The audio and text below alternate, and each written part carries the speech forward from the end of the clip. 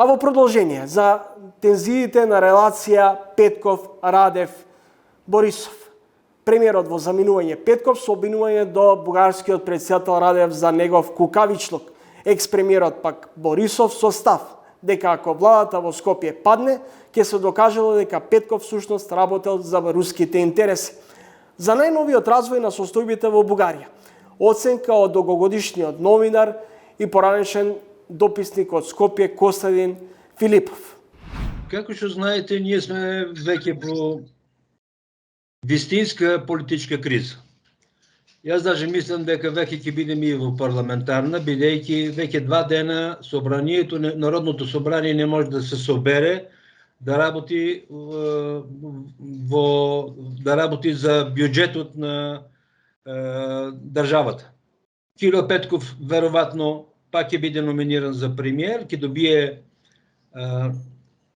мандат од председателот Радев, ако не успее да состави нова влада во истиот состав на парламентот, ќе биде дадена мандат на втората по сила политичка партија в собранието, а тоа е ГЕРБ на Бојко Борисов.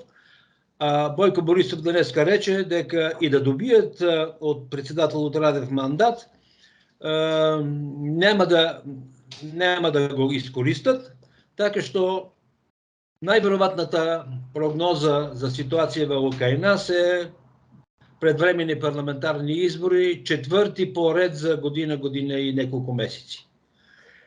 Што му пресуди на господинот Петков? Дали македонското прашање или можеби реформите, борбата против корупцијата? Проблемот за односите со Република Македонија како тема за дебата внатрешно-политичка беа придружна тема, така да се рече.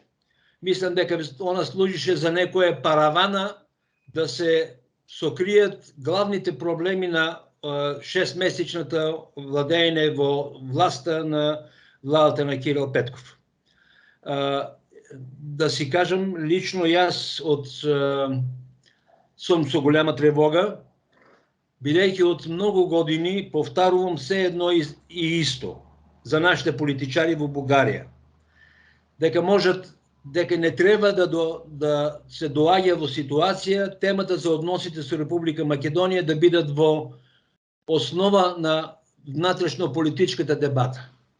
Политичарите може да се карат за се и се што, за бюџет, за пенсии, за пари и за се друго, но за односите со Република Македонија, Република Северна Македонија, треба да има некој општ консенсус кој е изграден на основа на спокојна, разумна, трезвина оцена на ситуацијава и да се знае дека таа тема стои на страна од внатрешно-политичката дебата. А сега што видовме овие денови и недели? Северна Македонија. Односите тоа ќе направиме, оно ќе направиме. Но тоа беше некоја паравана за да скрие вистинските проблеми во управувањето и тоа беше борбата со корупцијата, неуспехот во борбата со корупцијата на владата на Кирил Петков. Господе Филипов,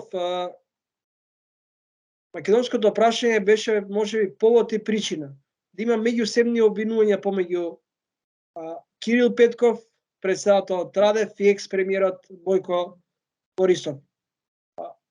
Дали Бугарија всушност реално сака Северна Македонија да ги започне преговорите, односно или и натаму ќе продолжи по принципот на ултимативни барања, односно ултимативна политика која само ќе ги оддалечи двете соседни земји? Билатералниот спор меѓу Скопје и Софија, меѓу нас и вас, сега оди на друго равниште, на друго ниво, на друга позиција. Европската унија ќе биде таа што ќе работи, што ќе води преговори, ќе следи, ќе контролира како од преговорите за членство на Република Северна Македонија. Јас сум, како да речем, сум до голяма степен чудовиден дека властта на Република Северна Македонија многу брзо зазеде став дека не го сака френскиот предлог. До вчера Димитар Ковачевски немаше никакъв однос, немаше официален став, а денеска одеднаш кажа не ни интересира, то не е добро за нас. То, пак да речем, то не е предлог на Софија, то не е предлог на Бугарија, то е предлог на Франција во рамките на френското председателство во име на Европската унија.